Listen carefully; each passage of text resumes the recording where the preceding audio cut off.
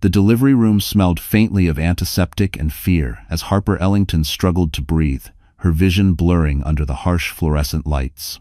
3 tiny cries echoed through the room, weak, trembling, fighting for life. The triplets had arrived early, far too early. Each of them rushed into separate incubators before Harper could even see their faces. But the real blow came not from the monitors beeping wildly, nor from the sharp pain running through her body. It came from the man standing at the foot of her bed. Colton Hale, her husband.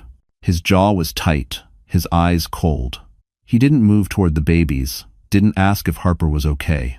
Instead, he tossed a crumpled piece of paper onto her blanket, a barely signed divorce petition stained with his thumbprint. "I didn't sign up to raise 3 kids, he muttered, wiping sweat from his brow as if he were the one exhausted. "You deal with this. I'm done." Harper tried to reach for him, a weak plea forming on her lips, but he was already backing toward the door. A nurse gasped, trying to stop him, but Colton swatted her hand away. "You think I'm throwing my life away for that?" he snapped, nodding toward the incubators. "Not happening." The door slammed shut. He never even looked at the triplets.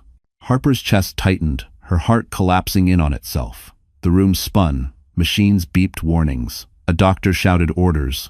But Harper heard nothing except the echo of Colton's final words, cold, carved into her bones. And then, just as darkness pulled her under, a stranger stepped into the room.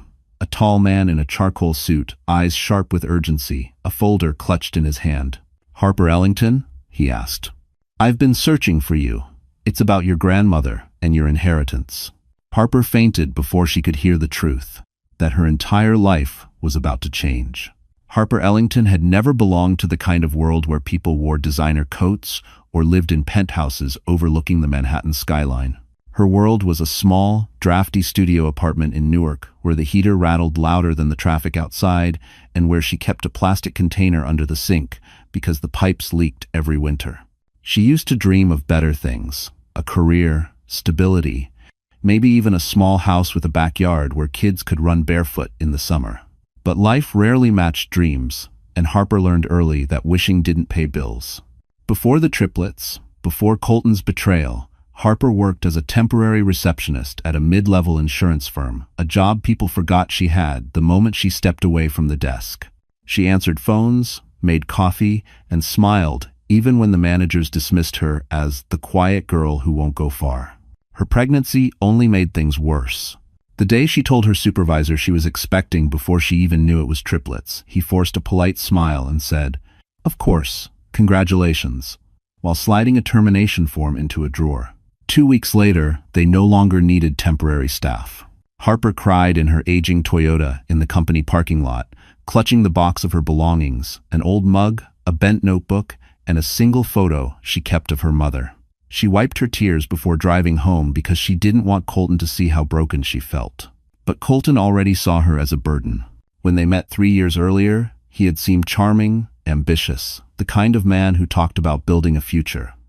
Harper believed him. Back then, she wanted so desperately to be loved that she ignored the warning signs, the excessive drinking, the casual cruelty brushed off as jokes, the way he rolled his eyes when she talked about her day. But after she became pregnant, everything sharpened. The jokes became insults. The late nights became obvious affairs.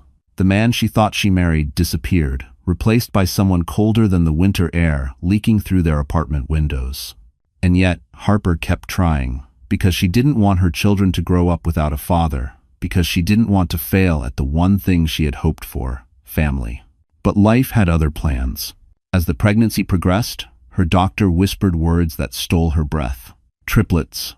3 lives, 3 hearts beating inside her, 3 reasons to stay strong, and 3 reasons for Colton to walk away. From then on, everything became harder. She couldn't afford fresh groceries, so she learned to stretch canned soup into 2 meals. She sold her old MacBook to pay for prenatal vitamins. She hid the disconnect notices behind the fridge so Colton wouldn't yell. Her body ached constantly from carrying 3 babies, and she fainted twice walking up the stairs. But she kept going. She always kept going, because she believed foolishly that love might still be enough. But the night she went into labor, collapsing against the kitchen counter as her water broke, Harper finally realized the truth. She was alone. Colton never intended to stay. and the world she tried so hard to build was never real. Now, as she lay in that cold hospital bed hours after giving birth, her heart fractured beyond recognition, she had no idea that everything she'd lost was about to be replaced by a life she never imagined belonged to her. And the man who walked into her hospital room would be the key to that impossible truth. The first time Harper Ellington saw Manhattan again, it didn't feel like a city. It felt like another planet. A sleek black SUV picked her up from the hospital 2 days after she gave birth. The triplets remained in the NICU, each barely bigger than her hand, each hooked to tubes and machines that hummed like distant thunder. Harper insisted on staying with them, but the hospital encouraged rest. "Just for a few hours," they said gently. She reluctantly agreed, not knowing her entire world was about to shift. The SUV glided through the gray morning traffic, tires whispering across the wet pavement. Harper stared out the window, clutching her thin hospital blanket around herself. She felt small against the towering skyline, the shimmering mirrors of glass and steel reflecting a life she never imagined touching. Then the car slowed and stopped before a building she had only seen in magazines. Ellington Global Holdings. The name gleamed across the front like a crown of polished silver. 72 stories of power rising into the clouds, its windows tinted dark, its marble lobby stretching wide enough to swallow entire neighborhoods like the one Harper lived in. She blinked, convinced there was a mistake. "This can't be for me." The driver merely opened her door. "Miss Ellington, they're expecting you." Inside, the lobby felt unreal. High ceilings soared above her, lit by chandeliers that sparkled like constellations. People in tailored suits walked briskly across marble floors, women with Mont Blanc pens clipped to their blouses, men clutching leather briefcases that cost more than Harper made in a month. The echo of her sneakers felt embarrassingly loud. She wrapped her arms around herself, suddenly aware of her oversized hoodie and hospital admission bracelet still on her wrist. She had never felt more out of place. A receptionist looked up. Her smile froze. "Can I help you?" Harper opened her mouth, but nothing came out. Before she could speak, a familiar voice cut through the polished air. "Miss Ellington, right this way." Grayson Locke, the man from the hospital room, walked toward her with the calm certainty of someone who owned the ground he stepped on. His suit was sharp, charcoal with subtle pinstripes. His presence quieted the lobby like a subtle shift in gravity. He gestured to a private elevator. Harper hesitated. "Are you sure you have the right person?" His gaze softened, not pity, but recognition. "More sure than you think." The elevator doors slid shut, lifting them swiftly above the city. Harper's ears popped as floor numbers blinked by. "You didn't know your grandmother," Grayson said quietly, "but she spent years looking for you. She believed someone hid you from the Ellington family for a reason." Harper's pulse quickened. "I'm nobody," she whispered. But Grayson shook his head. "Harper, you're an Ellington. And everything your grandmother built, every tower, every investment, every asset belongs to you." The elevator chimed. The doors opened to a panoramic boardroom, floor-to-ceiling glass overlooking Fifth Avenue. The city sprawled out like a glittering map. A long marble table sat in the center, surrounded by stern faces in tailored suits. Harper stepped inside. Every head turned. Every expression said the same thing. "She doesn't belong here." And before Grayson could say a word, one board member stood and pointed accusingly. "That girl is an imposter." Harper froze, and the real battle for her inheritance began. Colton Hale had always been the kind of man who looked successful long before he ever earned success. He wore ambition like a tailored suit, sleek, polished, and designed to impress. But underneath the charm, beneath the smirk that fooled Harper for far too long, lived something far uglier. Hunger. The kind that devours everything in its path. Even before the triplets, Harper had sensed the shift. Colton became distant, irritable, always staring at his phone with a grin he never showed her anymore. Nights grew later, excuses multiplied. The scent of cheap perfume on his collar became so frequent that Harper stopped mentioning it. Every question she asked only earned the same response. "Don't be dramatic, Harper. No one likes a clingy wife." He knew exactly where to hit her, precisely the soft spots she spent her life trying to protect. But what Harper never knew, what she couldn't have imagined, was that Colton wasn't just cruel. He was calculating.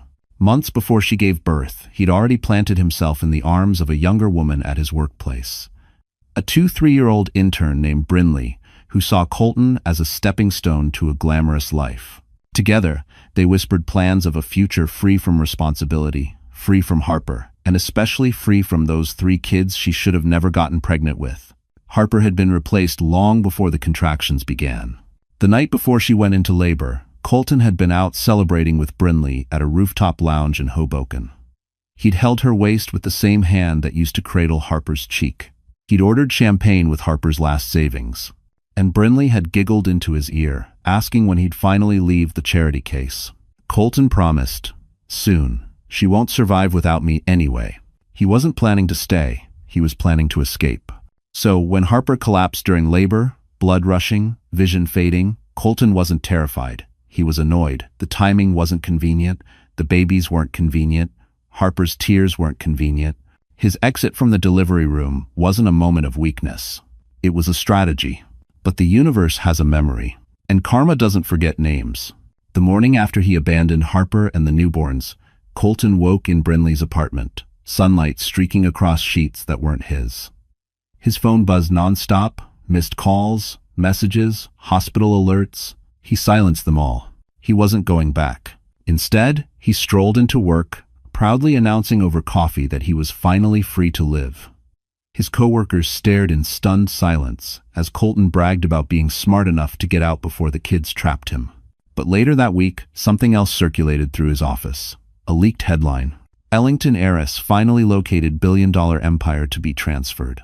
A grainy photo accompanied the article. Harper. His wife? The woman he had just abandoned? Colton's coffee cup slipped from his hand, shattering on the floor. "Harris?" he whispered, panic clawing up his throat. "Billion? What?" Brinley looked at him, horrified. "You didn't tell me she was rich." Colton's world collapsed in a single breath. All the arrogance vanished. All the cruelty backfired. He wasn't free. He'd walked away from the greatest prize of his life.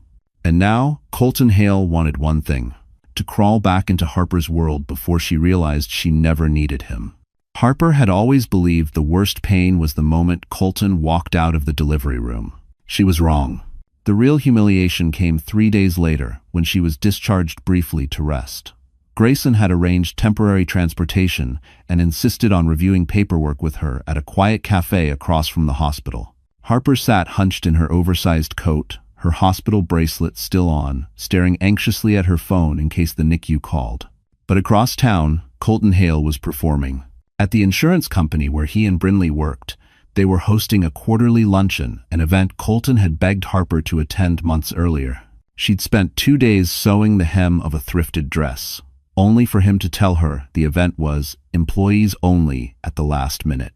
Now, with Harper bedridden and alone, he strutted into the venue with Brinley on his arm, her red dress shimmering like a challenge. Colton wore a smug grin, the kind that came naturally to a man who believed he'd escaped responsibility.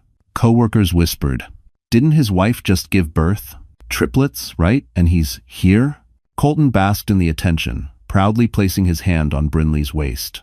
"What can I say?" he announced loudly. "I chose happiness. I'm not meant for diapers and bills. Harper will manage. She always does." Harper didn't know a single detail about this luncheon, but fate had a cruel sense of timing.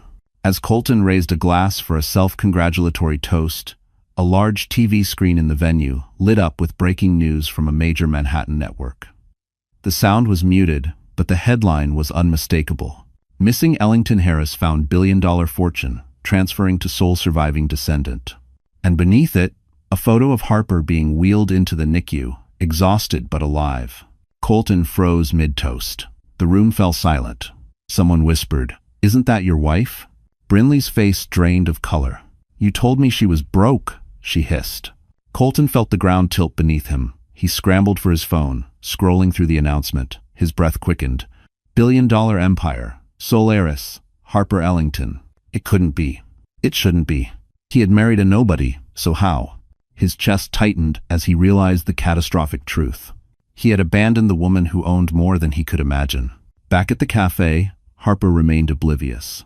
She sat stiffly across from Grayson, sipping water while he explained fragments about the Ellington estate. But her mind stayed on her babies, on their fragile lungs, their tiny fingers curling around tubes instead of her hand. She didn't feel rich. She didn't feel powerful. She felt like a failure. Then her phone buzzed. Dozens of missed calls. All from Colton. Her heart dropped. She whispered, "Why would he call me now?" Grayson's expression hardened, his voice low and steady. "Because, Harper, some people only return when they think you finally have value." Harper stared at the screen, tears blurring the numbers. She didn't answer, but she knew. Colton Hale wasn't finished with her. The NICU was a world of beeping machines, soft blue lights, and whispered prayers. Harper stood between the 3 incubators, her hands trembling as she pressed her forehead against the plastic barrier separating her from her children. Each baby fought a quiet, desperate battle, tiny chests rising and falling with the help of machines far too large for their bodies. She whispered their names, the ones she'd chosen alone. Liam, Adia, Miles. They were perfect in ways that broke her heart. But every day, the weight of reality grew heavier. Medical bills stacked like falling dominoes. The nurses' sympathetic looks cut deeper than scalpels. And Colton's sudden flood of phone calls only added poison to her bloodstream. He hadn't asked about the babies. Not once. He only left voicemail after voicemail filled with frantic questions. "When can we talk?" "Harper, call me back now. We can work this out." Work what out? He had walked away. He had chosen another woman. He had left her to bleed alone. But the world didn't pause for her grief. On the 4th day, after 20 hours without sleep, Harper collapsed in the hallway outside the NICU. A nurse caught her just before she hit the floor. "You need rest, Miss Ellington. You can't pour from an empty cup." Harper wanted to scream. She didn't have a cup. She was running on fumes, on fear, on the thin thread of determination that her babies deserved a mother who didn't break. But she was breaking. Later that night, she sat in the family waiting room, staring blankly at a vending machine dinner. Her phone buzzed with another voicemail from Colton. Another reminder that the storm wasn't over. She pressed play. His voice slithered through the speaker. "Harper, baby, you're being dramatic. I didn't mean to leave you like that. I was overwhelmed." She clenched her jaw. The lie was so easy for him. Then came the hook. "I heard you're coming into some money. Let's talk. I think we can fix our marriage." Her stomach twisted. There it was. Not remorse, opportunity.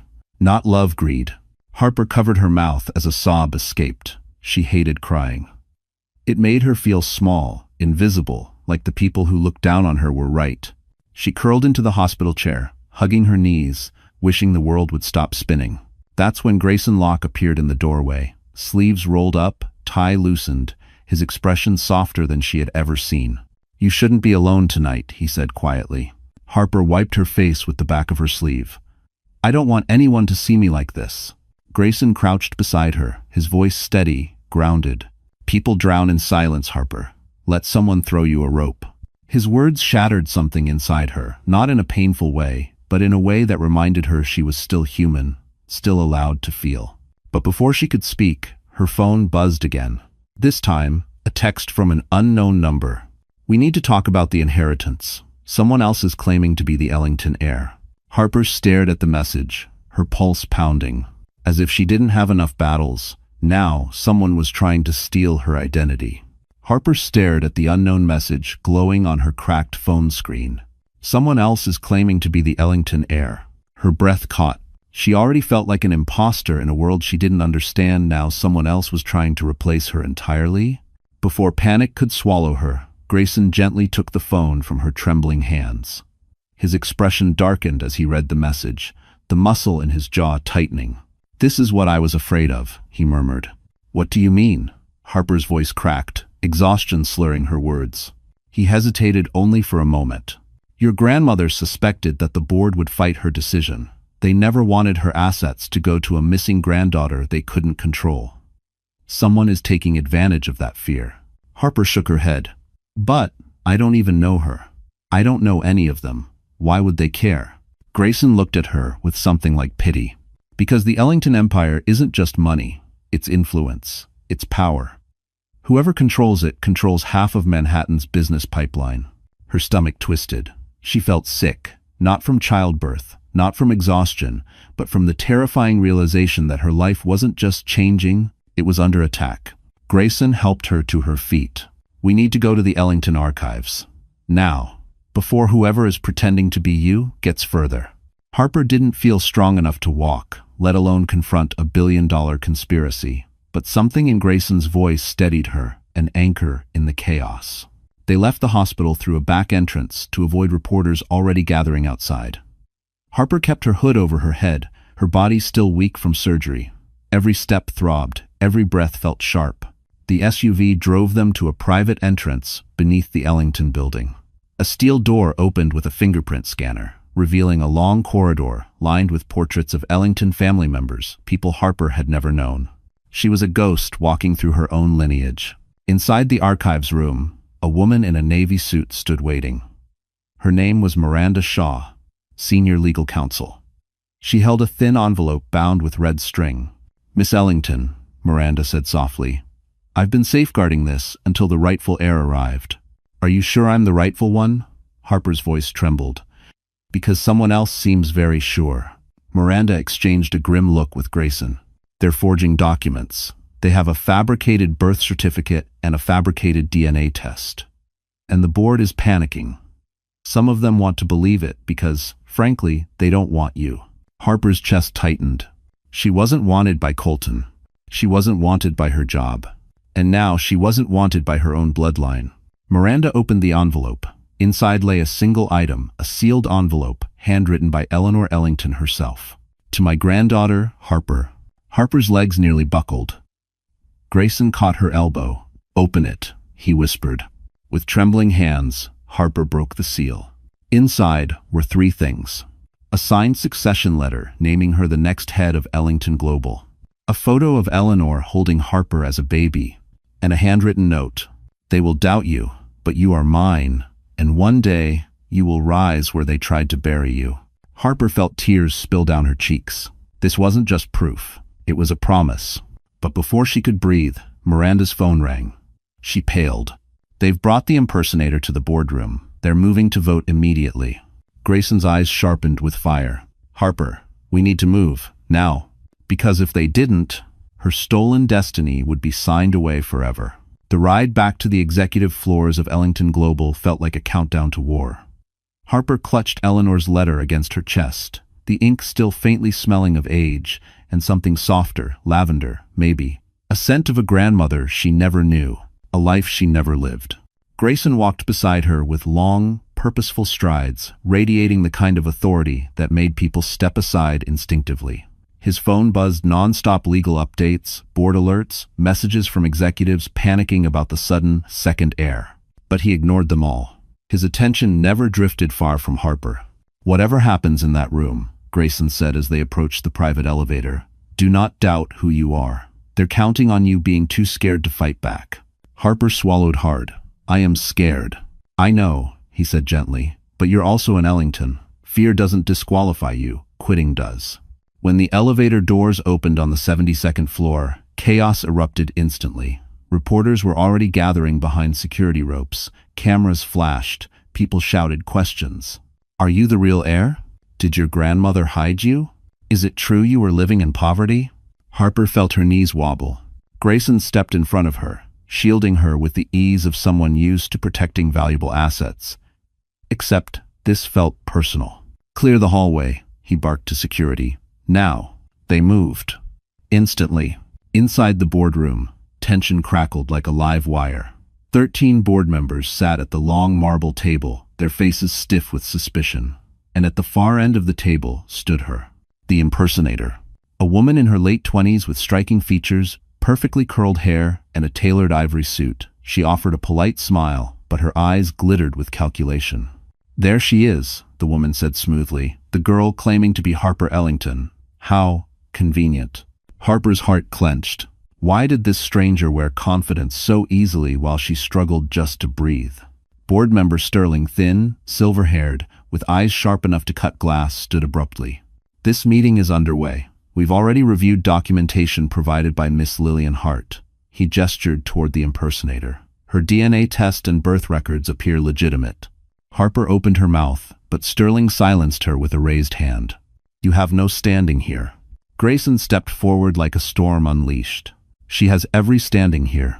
The room froze. Sterling narrowed his eyes. "And you are dangerously out of line, Mr. Locke." Grayson didn't flinch. I've reviewed Lillian's documents. They're forgeries. He placed Eleanor's letter on the table. This is Eleanor Ellington's final directive, naming her granddaughter Harper as heir. The board members murmured, startled. Lillian's smile slipped. That could have been written by anyone. Except it comes with a biometric seal, Grayson interrupted. One only Eleanor herself could produce. And Harper's photo with Eleanor is time-stamped and verified. Miranda, the legal counsel, entered behind them with a folder.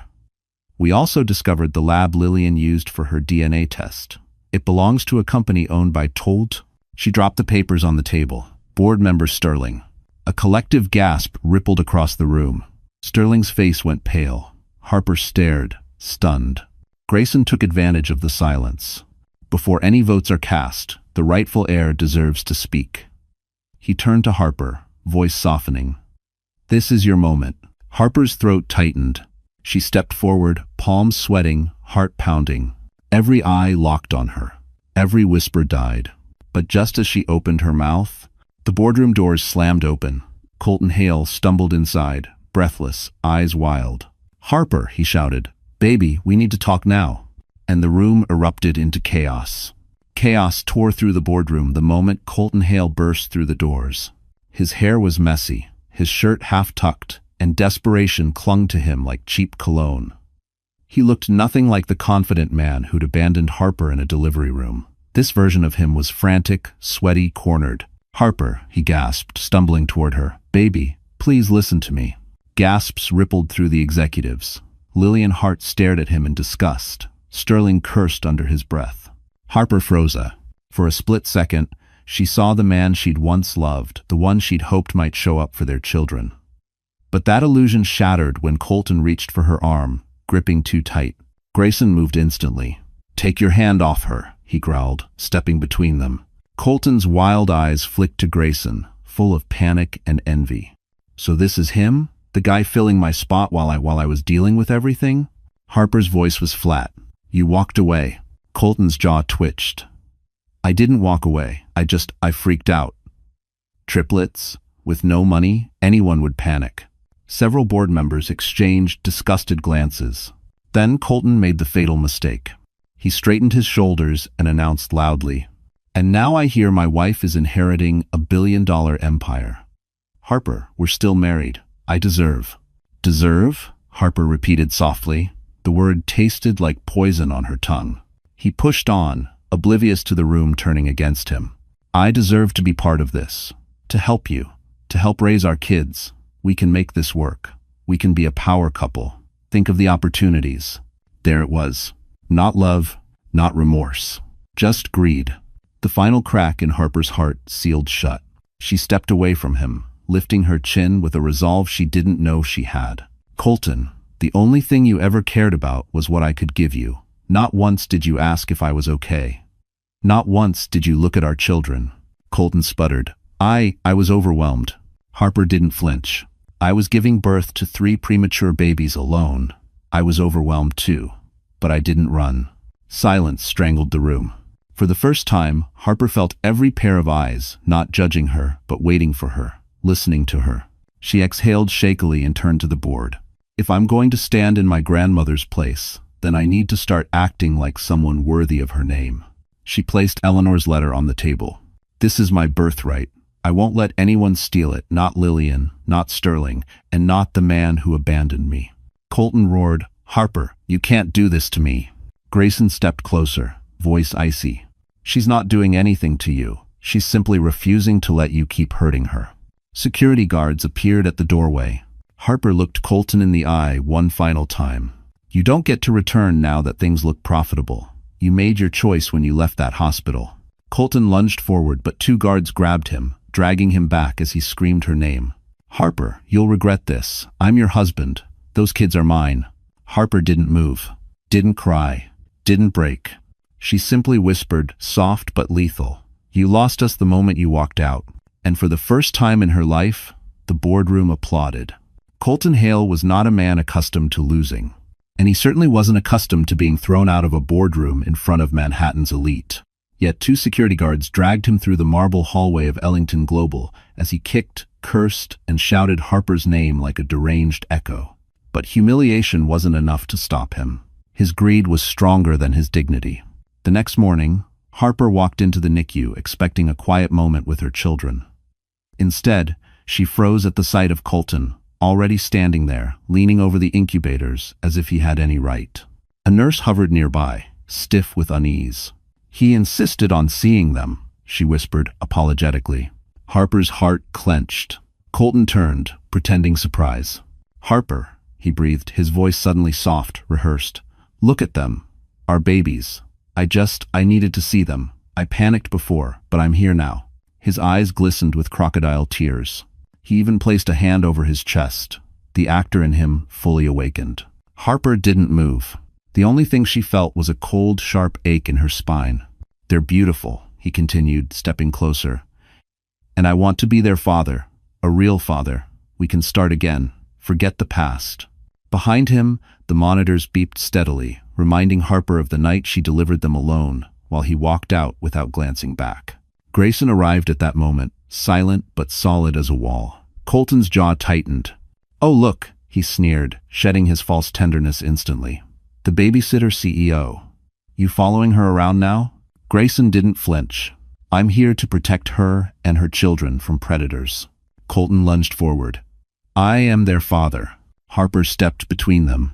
"Fatherhood is more than DNA," she said quietly, "and you've shown absolutely nothing of it." Her voice didn't shake. "Not this time." Colton scoffed. "You think you're so righteous now that you're rich? Harper, be serious. You need me. You don't know how to handle money, business, people, any of this." Harper straightened. For the first time, she felt her grandmother's legacy in her blood. Quiet, deliberate strength. "I handled everything alone when you ran," she said. "I'll handle this too." A NICU doctor approached, irritation sharp in her voice. "Mr. Hale, unless you're here to support the mother, I need you to leave. Stress can affect the babies." Colton laughed bitterly. "What, are you all against me now? Is that it? I'm the bad guy?" No one answered. That silence was louder than any argument. As security arrived, Colton made one last attempt. He pointed at Harper, finger trembling with fury.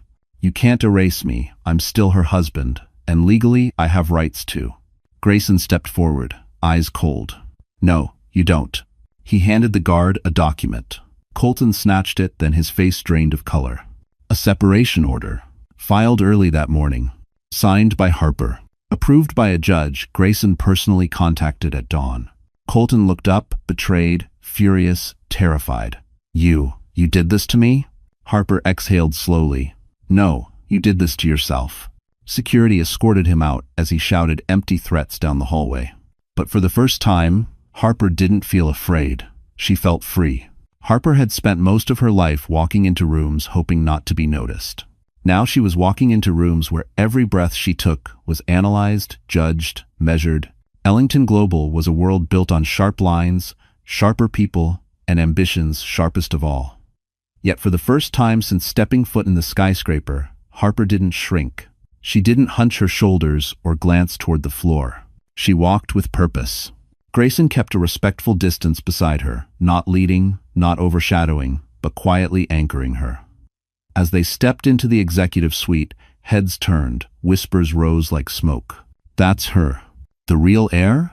She doesn't look like. She survived triplets born premature. She's stronger than she looks." Harper felt heat rush to her cheeks, but she didn't falter. Today, she was meeting the departments she now technically owned. Finance, development, operations, media. 4 divisions so massive she could barely comprehend them, yet they were hers to lead. The elevator doors opened onto the executive floor, a stunning space lined with wall-to-wall windows overlooking the Manhattan skyline.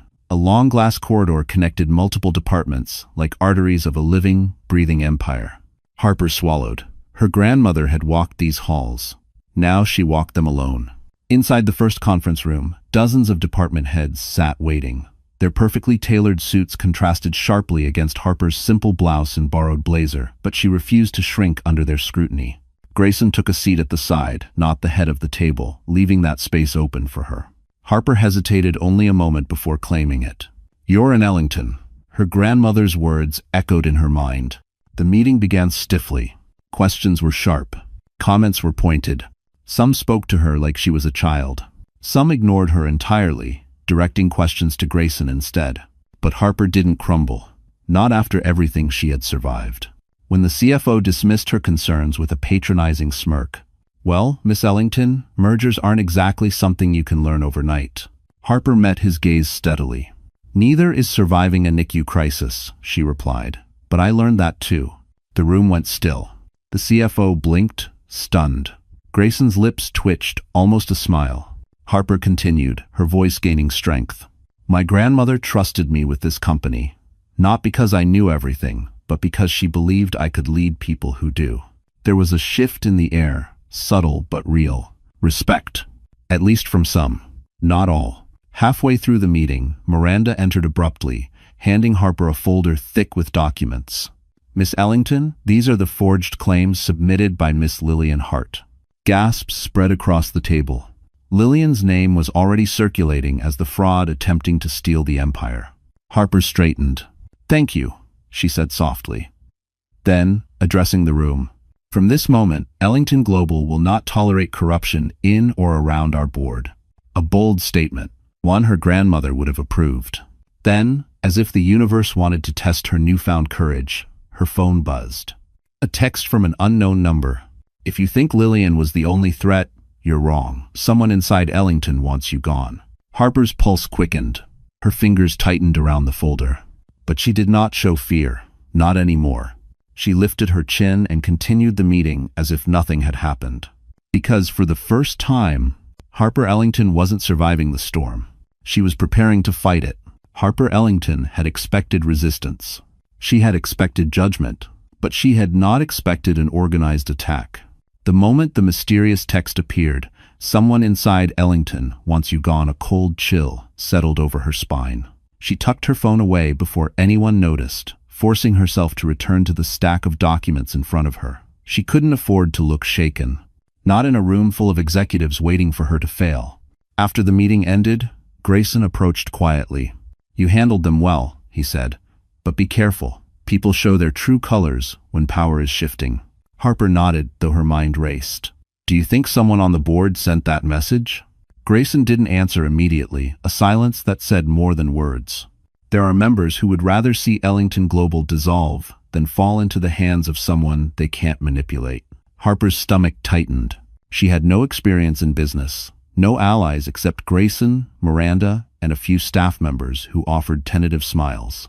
She was stepping into an empire ruled by sharks while still healing from childbirth, still exhausted, still visiting the NICU twice a day. She was vulnerable, and someone knew it. The first act of sabotage came faster than expected. Later that afternoon, Harper entered the financial compliance office to review records tied to Lillian's forged documents. The manager, a severe man with neatly parted gray hair, greeted her with a strained smile. "Miss Ellington, an honor." The tone was polite. The eyes were not. He slid a stack of reports toward her. "You requested the audit files." Harper reached for them, but the moment she touched the folder, the manager pulled a second document from beneath his desk. "However," he said loudly enough for everyone in the office to hear, "we've discovered something disturbing." He held up a printed email thread complete with Harper's name, her supposed signature, and a message that read, "Proceed with transferring Ellington assets into personal trust. Do not inform board." Her heart slammed against her ribs. "That's not mine. I never." The manager leaned back. "Forgery or not, these instructions went through our internal system using your ID credentials." Employees whispered. Eyes narrowed. Someone pulled out a phone. Harper felt the room tightening around her like a noose. She could already imagine the headlines. "Newly found heiress caught embezzling company funds." Her voice trembled. "I didn't do this. I don't even know how to access those systems." The manager folded his arms. How convenient. Before Harper could respond, Grayson strode into the room, his presence slicing through the tension.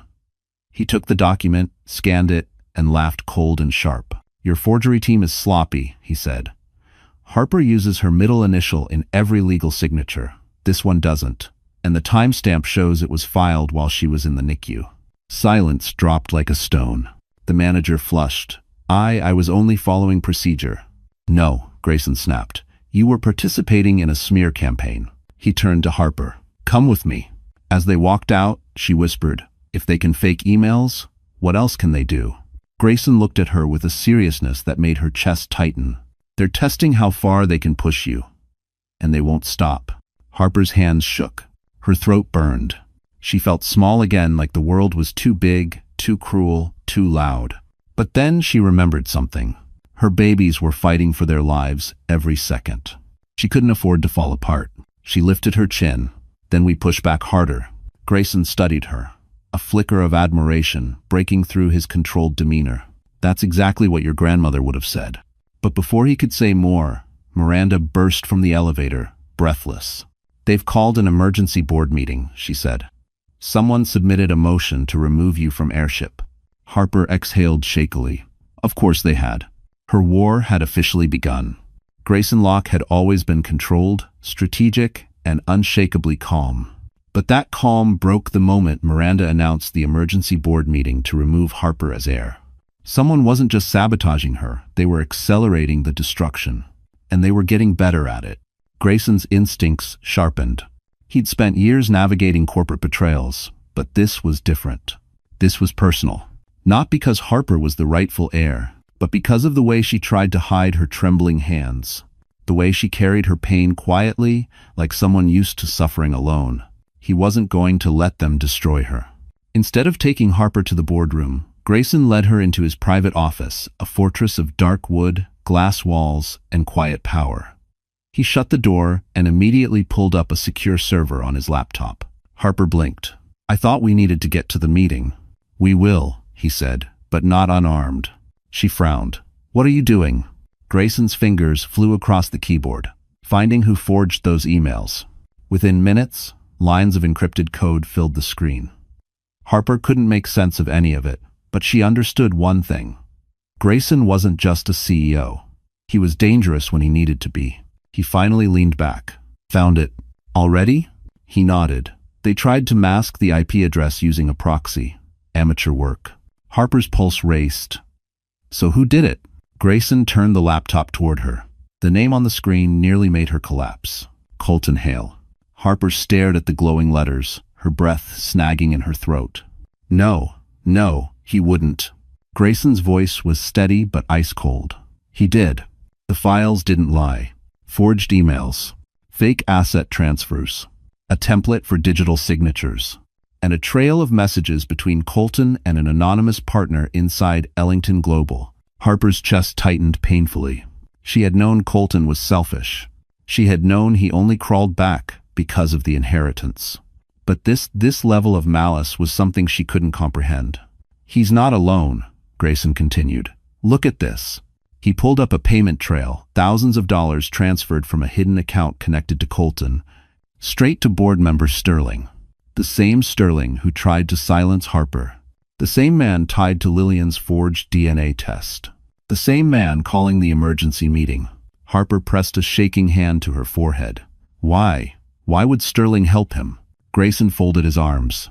Because if the board removes you, Sterling becomes acting controller of the Ellington Trust, and Colton gets access to your assets through you. The room spun. Harper gripped the edge of the desk. So, they plan to take everything? Everything, Grayson confirmed, including custody leverage. They needed you powerless before the babies came home. Harper felt sick. A cold, hollow ache spread through her chest. Her children, her tiny fighters, were part of their scheme. They would have used them, weaponized them, stolen them. Tears blurred her vision. How could he do this to his own children? Grayson lowered his gaze. He doesn't see them as children. He sees them as assets. Harper covered her mouth, desperately trying not to break. But Grayson stepped closer, not touching her, but grounding her with his presence. You're not alone in this anymore, he said quietly. We fight back. Before Harper could respond, Miranda burst into the office, pale as paper. They just locked you out of the boardroom, she said breathlessly. Sterling is holding the vote without you present. Harper's spine straightened. Her grief crystallized into something sharper, something stronger. They want a war? She whispered. Then we give them one. Harper Ellington had spent most of her life apologizing for taking up space. Now she was about to take back a boardroom that was legally and rightfully hers. Sterling thought she would crumble. He thought locking the doors would shame her into retreat. He didn't understand the woman who had survived a hospital bed, a failing body, and a man who left her to give birth alone. He had underestimated the wrong Ellington. "Miranda, can we override access?" Grayson asked, striding toward the security console outside the boardroom. Miranda shook her head sharply. They engaged in executive block. Only a voting member can open it from the inside. "So Sterling locked himself in with his puppets," Grayson muttered. "Coward." Harper pressed her palms against the cool glass wall, staring at the silhouettes inside. She could see them sitting, talking, shifting nervously, already deciding her fate without her. Her chest tightened, not with fear, with fury. She turned suddenly. "If I can't get in through the door, then I want the entire company to hear what Sterling is doing." Miranda blinked. "How?" Grayson gave a slow, dangerous smile. "Through the internal broadcast system." Harper exhaled as the idea took shape. If they wanted secrecy, she would give them visibility. 5 minutes later, she stood in the communications hub, a sleek room lined with screens showing dozens of live company feeds. Technicians scrambled to clear the space when Grayson flashed his CEO credentials. "Patch her into every office," he ordered. "Every conference room, and especially the boardroom." Harper felt her pulse hammering, but she lifted her chin. "You're sure this is allowed?" Grayson met her eyes. "When they break the rules, you don't win by following them." The lead technician nodded. "You're live in 30 seconds, Miss Ellington." Harper swallowed hard. Her grandmother's letter felt warm in her pocket. She wasn't just fighting for a fortune. She was fighting for her name, for her children, for her life. The red light blinked on. She inhaled. "Good afternoon, Ellington Global." Her voice echoed through every floor of the skyscraper. "This is Harper Ellington." The building froze. Employees dropped pens, swiveled in chairs, stared up at screens. "I'm speaking to you because certain members of the board have attempted to remove me without due process," she continued. "They have locked me out of the meeting in violation of Ellington bylaws." In the boardroom, Sterling jolted to his feet. "What is this? Turn that off." But they couldn't. Harper's voice filled the room through embedded speakers. "I want you to know the truth," she said steadily. "Forged documents were submitted to challenge my identity. Fake emails were entered into the compliance system. These actions were coordinated by someone working with outside parties who want the Ellington Trust for themselves." A pause, a breath, and "I have proof." Gasps echoed across every floor. Inside the boardroom, Sterling's face drained of color. Harper continued, her voice gaining strength with every word. "My grandmother believed in integrity. She believed this company should be led by someone who values transparency. Today, I honor her by choosing to speak openly, unlike certain board members hiding behind closed doors." Sterling lunged toward the speaker system. "Shut her up." But another board member grabbed his arm. "Sterling, what exactly did you do?" He stiffened. His mask was cracking. Grayson stepped beside Harper, speaking loud enough for the building to hear. "Sterling's accomplice is Colton Hale, Harper's estranged husband. Together they forged documents to steal control of Ellington Global." The uproar was immediate. Shock, outrage, disbelief. Harper lifted her chin. "I'll join the board meeting shortly with attorneys and evidence. But until then, I want everyone in this company to know one thing." Her voice dropped into something steady, powerful, unshakable. "I am not going anywhere. And the era of corruption in Ellington Global ends today." The broadcast cut. Harper exhaled. And the building erupted, not in chaos, but in applause. The Ellington Annual Charity Gala at the Plaza Hotel was typically a night of diamonds, champagne, and whispered alliances. Tonight, it would become the battleground where Harper Ellington reclaimed everything stolen from her. The golden chandeliers glittered like constellations as Manhattan's elite poured into the ballroom. Politicians, CEOs, media moguls, old money families whose surnames decorated museums. Reporters swarmed the red carpet, desperate for a headline. And they got one. Because the moment Harper stepped out of the black SUV, the entire entrance fell silent. She looked nothing like the fragile girl who once cried alone in a hospital hallway. Tonight, she wore a fitted obsidian gown that hugged her waist, her hair swept into a loose, elegant chignon. A single diamond drop earring, a piece from her grandmother's collection, glimmered against her neck. But it wasn't the dress that stunned people. It was the expression, calm, steady, powerful. Grayson Locke stepped out behind her, offering his arm not as a savior, but as an equal. "Ready?" he murmured. She inhaled deeply. "As I'll ever be." The press erupted. "Harper, is it true you're the heir? Are allegations of fraud real? Is the board trying to remove you? Is this your new partner?" Harper didn't answer, but the soft smile she gave was enough to send social media into a frenzy. Inside the ballroom, Sterling stood near the stage, with several board members clustered around him. His face tightened the moment he saw her. He had expected her to crumble, to hide, to retreat. He didn't expect her to rise. Across the room, Lillian Hart, still clinging to her forged identity, watched Harper with a glare sharp enough to cut glass. She stood beside Sterling, their alliance now painfully obvious. But someone else appeared in the crowd. Someone Harper hoped never to see again tonight. Colton Hale. He wore an ill-fitting suit and a strained smile, but his eyes glittered with desperation. He shoved through guests until he reached them. "Harper," he breathed, "you look incredible. Can we talk?" She didn't break stride. "Security," Grayson said calmly. 2 guards intercepted Colton, but he struggled. "Harper, you can't ignore me. I'm your husband. We should be entering together." Gasps rippled through the crowd. Harper finally turned. "In what world," she said evenly, "does abandoning your wife during childbirth make you a partner worthy of standing beside her?" Colton froze, humiliated under the plaza's crystal chandeliers. Harper stepped past him, her voice low enough for only him to hear. "You walked out before holding your children. Now you'll watch me walk into the life you tried to steal." The room shifted as Harper approached the stage. Conversations halted, glasses paused midair. Even the orchestra quieted as she stood before the microphone. "Thank you all for coming," she began. Her voice was soft but carried effortlessly through the ballroom. "This year's gala is dedicated to integrity, something Ellington Global was built upon." Sterling stiffened. Lillian's smile twitched. Harper continued.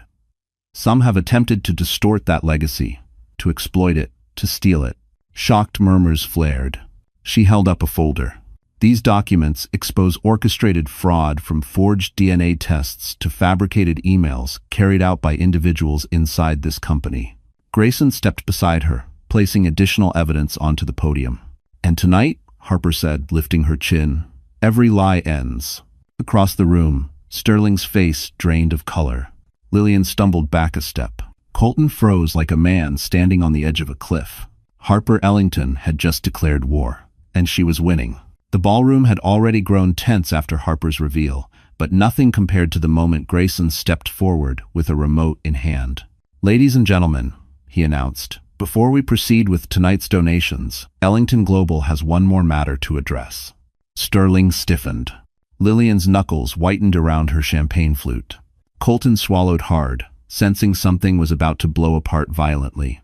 Grayson pressed a button. The massive LED screen behind the stage flickered. Then a video began to play. At first, the footage was grainy. Security camera timestamp blinking in the corner. Then voices emerged clear, incriminating, unmistakable. Colton's voice, and Sterling's. "Colton, if Harper thinks she's getting the inheritance, she's delusional. Once she's removed, the board signs everything over. You get your share, I get mine." Sterling, "We only need to frame her for embezzlement. The forged emails are ready." Colton, "Good. And after that, I'll sue for custody. Once I have the kids, her trust becomes accessible." Gasps exploded across the ballroom. People covered their mouths, staring in horror. Even those who didn't support Harper looked sick. But the next line detonated the entire room. "Colton, the babies don't matter. They're leverage, nothing more." Harper felt something inside her crack, not with sadness, but with a righteous, blazing fury she didn't know she was capable of. Across the ballroom, Colton's face drained of color. He surged forward, pointing at the screen as if yelling loud enough might erase the evidence. "This is edited. It's fake. Turn it off." But Grayson's voice cut through his panic with lethal calm. The footage came from Sterling's private office servers, the same servers used to forge Harper's documents. The room erupted into shouting. Board members stood, faces pale. Lillian backed away like the ground was collapsing. Sterling lunged for the exit, only to be intercepted by 2 uniformed officers who had quietly entered minutes earlier. Miranda stepped to the microphone. "For the record, Both men are under investigation for fraud, identity manipulation, corporate sabotage, and conspiracy to kidnap minors. Colton's knees gave out. He hit the floor in front of 1,000 horrified witnesses. This was the moment Harper had been denied years ago. Justice, delivered publicly and undeniably. Security approached Colton, but he stumbled to his feet, desperate, frantic. "Harper," he screamed across the room. "Tell them this isn't true. Tell them I love you. I'm the father of your children." Harper stepped forward, calm and unshakable. "Yes," she said softly. "You are their biological father." Colton's shoulders sagged, relief flickering in his eyes. But Harper wasn't finished. She stepped closer, her words quiet but lethal. "And that is the only title you will ever hold." Gasps rippled through the crowd again. Harper continued, voice strong enough to fill the ballroom. "You abandoned me during childbirth. You abandoned them before taking your first breath as a father, and now the world knows you tried to use them as bargaining chips." Colton's face crumpled. No, Harper, please." She didn't flinch. "You made your choices. Now you live with them." Officers seized him. He thrashed, shouted, begged. Harper, don't let them take me." Grayson stepped beside her, speaking quietly but firmly. "You don't have to watch this." But Harper did. She needed to. Because for once, the pain was no longer hers. It was his. As Colton was dragged screaming from the ballroom, Harper finally exhaled. The weight she had carried for years lifted. The empire he tried to steal stood behind her. Her name was cleared. Her children were safe. And this was only the beginning. The ballroom slowly regained its rhythm after Colton's arrest, but the energy had shifted entirely. The applause had faded, the whispers had quieted, and what remained was a dense, electric silence, a silence thick with shock and respect. Harper Ellington stood at the center of it like the calm after a storm. Her gown still shimmered under the golden chandeliers, but now everyone saw more than elegance. They saw strength, resilience, a woman forged in fire. Grayson offered her a glass of water, not champagne, his voice low. "You handled that better than most trained executives." Harper managed a small smile. "I didn't handle anything, the truth handled itself." But Grayson shook his head. "No, you faced it. That's what leaders do." The praise warmed her, but only for a moment, because the truth had a price. Across the room, board members approached cautiously, like people nearing a lion that had just discovered its roar. Some congratulated her. Some apologized. Some, like Sterling's faction, kept their eyes glued to the floor, their political futures unraveling in real time. Yet Harper didn't bask in victory. All she could think about was the NICU. Her children. Their tiny hands, their fragile breaths, their uncertain tomorrow. She wasn't celebrating tonight, not really. She was surviving. As the crowd thinned, Miranda approached, holding a thick folder. "Harper, these are the preliminary filings for Sterling and Lillian. Fraud, identity theft, conspiracy. The DA wants your statement to finalize charges." Harper traced the edge of the folder, her fingers trembling not with fear, but with emotional exhaustion. "They'll go to prison?" she asked quietly. Miranda nodded. For a very long time. A weight lifted from Harper's chest, yet another settled deeper. "Good," she whispered. "But this isn't the end, is it?" Miranda shook her head. "Companies this big don't turn overnight. Sterling wasn't acting alone. There are still people who don't want you on that throne." Harper absorbed that in silence. She had just taken down a conspiracy, exposed public corruption, survived a man who saw her children as bargaining chips, and still her war wasn't over.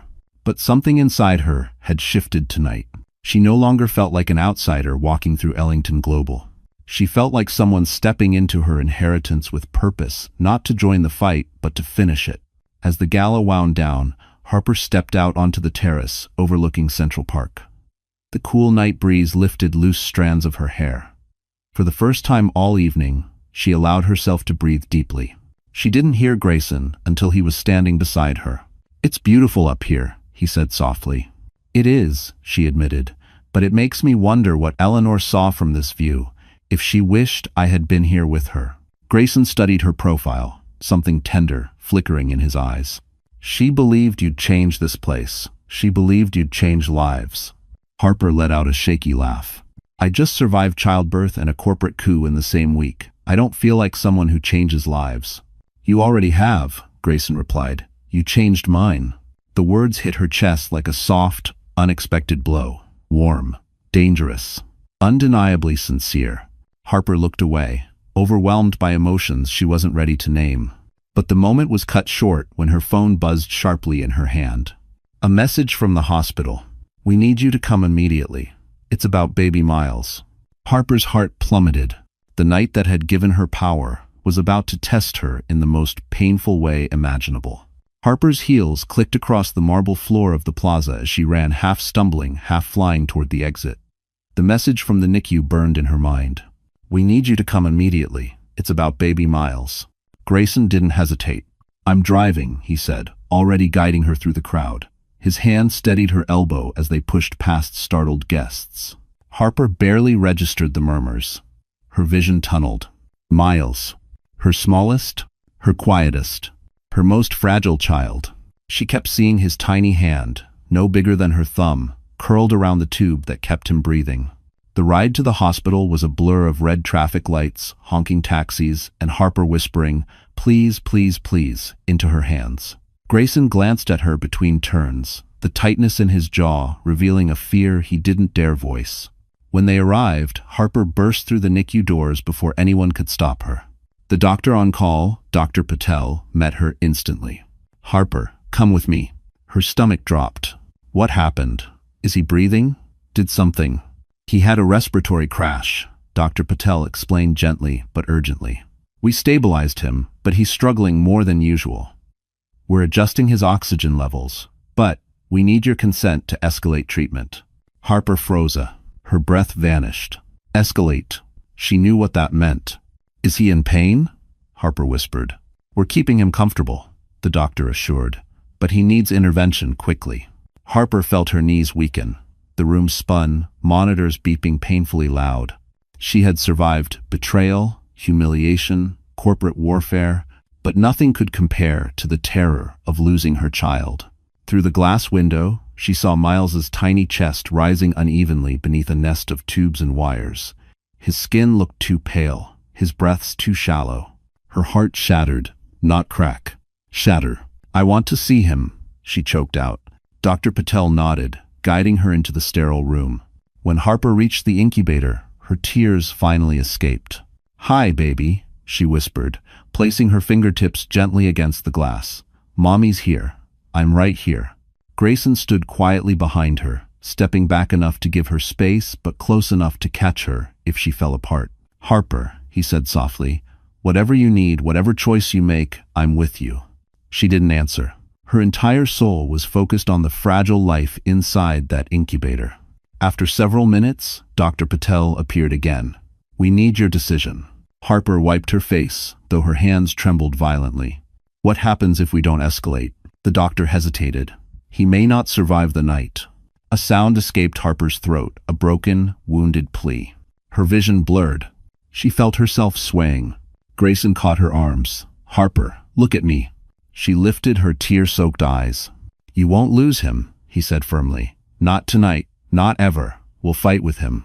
Harper swallowed hard, the decision burning through her. She placed her palm on the incubator, willing her strength into her son. Do it, she whispered. Her voice cracked but didn't break. Whatever he needs, do it. Dr. Patel nodded and rushed toward the medical team. Harper leaned her forehead against the glass, whispering prayers through trembling lips. You're strong, Miles. Stronger than me. Fight, baby. Please fight.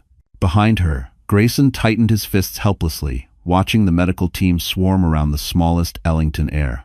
But then, Miles' monitor spiked. A warning alarm blared. Doctors rushed in. Harper screamed. Miles. The alarm shrieked through the NICU like a blade slicing the air. Doctors rushed around baby Miles's incubator, their movements sharp, urgent, synchronized. Tubes were adjusted, oxygen increased, tiny sensors flashing red. Harper's scream echoed, torn from a place deeper than fear itself. Miles. Grayson grabbed her before she collapsed, holding her upright as her legs buckled. Harper, breathe, he whispered desperately, though his own voice fractured. You have to breathe. But she couldn't. Her lungs refused. Her heart refused. All she could see was her smallest child, his fragile chest barely rising, his eyelids fluttering like the wings of a dying butterfly. Dr. Patel looked up briefly, her voice firm but gentle. "Give us space, please." Harper shook her head violently. "I'm not leaving him." She pushed forward until her hands pressed against the glass of the incubator. "Fight, baby. Stay with me. Please stay with me." The medical team continued their work. Airway suction, oxygen escalation, emergency medication. Seconds felt like hours. Minutes felt like eternity. Harper's world narrowed to the tiny figure inside the incubator. Her son, her miracle, her everything. Then slowly, almost imperceptibly, the monitor stabilized. The jagged spikes softened. Beep, beep, beep. Consistent, steady, alive. Dr. Patel exhaled, shoulders sagging in relief. He's responding. His oxygen levels are improving. Harper covered her mouth as sobs tore through her. "Thank God. Oh, thank God." Grayson pulled her into his chest, his arms wrapping around her while her body shook with relief. "He's a fighter," he murmured into her hair, "just like his mother." For the first time since the gala, Harper allowed herself to collapse, not from fear, but from gratitude so fierce it hurt. An hour later, Harper sat beside Miles' incubator, her fingers resting gently against the glass. Dr. Patel joined her quietly. "He's stable now," she said. "It'll be a long road, but he's past the worst of tonight's crisis."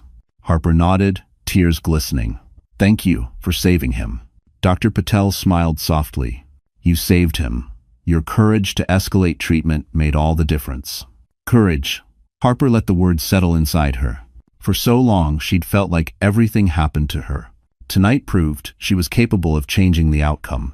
Not just for Ellington Global. For her children. For herself.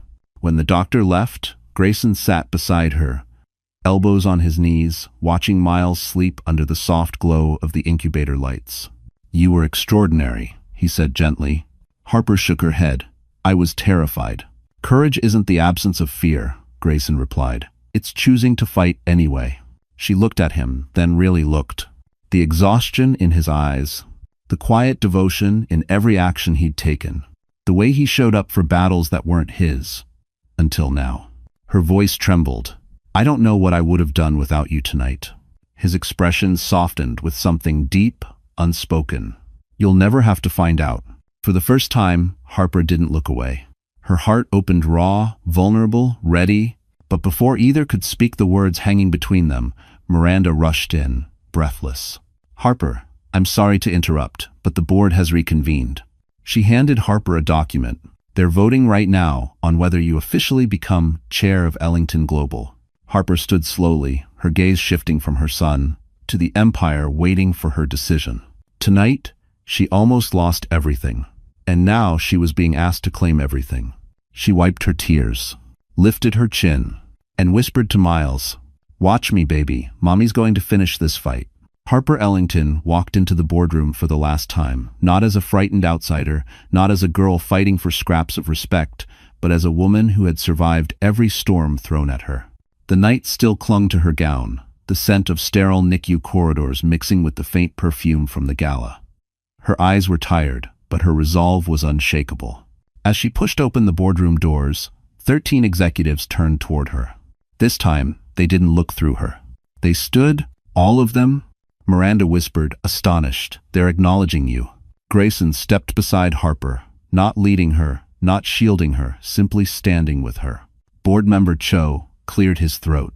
"Miss Ellington, after reviewing all evidence presented, the board has deemed you the sole legitimate heir. Tonight, we are voting on your appointment as chair of Ellington Global."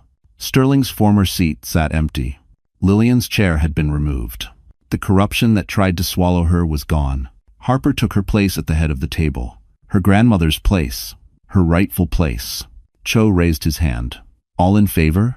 Hands lifted around the room, one by one, firm, decisive, unanimous. Harper blinked rapidly as the reality settled over her. Grayson leaned close, whispering, "Congratulations, Chairwoman Ellington." The title settled into her bones like it belonged there. Because it did. But she didn't smile, not yet. Not until she said the words she needed to say. "Thank you," Harper began, her voice steady. "But leadership is not about power. it's about responsibility. My grandmother believed Ellington Global should reflect integrity, compassion, and service. That begins again tonight. Executives nodded, some wiping their eyes discreetly. I'll be restructuring departments, Harper continued, and implementing new oversight policies to ensure corruption never grows here again. Her voice sharpened. And anyone who attempts to exploit this company or my family will face consequences, legal and permanent. It wasn't a threat. It was a promise. The meeting adjourned with applause. In the quiet hallway afterward, Harper leaned against the wall, finally letting the weight lift from her shoulders. Grayson approached, removing his tie, exhaustion softening his sharp features. "You did it," he said gently. "No," Harper whispered. "We did." He hesitated, then took her hands. "Harper, I know tonight was frightening, but watching you fighting for your son, fighting for your family, fighting for your legacy." She looked up at him, tears glistening. "What are you trying to say?" "That I'm proud of you," he said softly, "and I care for you, deeply." Her breath caught. She had been hurt so deeply she didn't trust her heart to speak. But this man had shown up for every battle, every heartbreak. Every moment she thought she would break. "Grayson," she whispered, "I don't know if I'm ready for anything except being a mother and learning who I am again." He smiled gently. "Then let me stand beside you while you figure it out." Harper exhaled, warmth blooming through her chest. "Yes," she murmured, "I want that too." Weeks later, the triplets finally came home, tiny, healthy, breathing on their own. Harper cried as she held all three, her heart finally whole. Grayson was there, quietly assembling cribs in the nursery, humming as the babies slept. Life didn't feel heavy anymore. It felt possible, hopeful, new. And on a quiet spring evening, in a small ceremony at the Hamptons attended only by close friends and staff who had become family, Harper and Grayson exchanged vows beneath soft golden lights. Not because she needed saving, but because she had found a partner who walked beside her, not in front of her. As they kissed, the waves crashed gently behind them, and Harper whispered to herself, "I finally have the life I deserved." Her children safe, her empire secure, her heart healed. A perfect, closed ending. Justice served, love restored, and Harper Ellington rising into the future she had earned.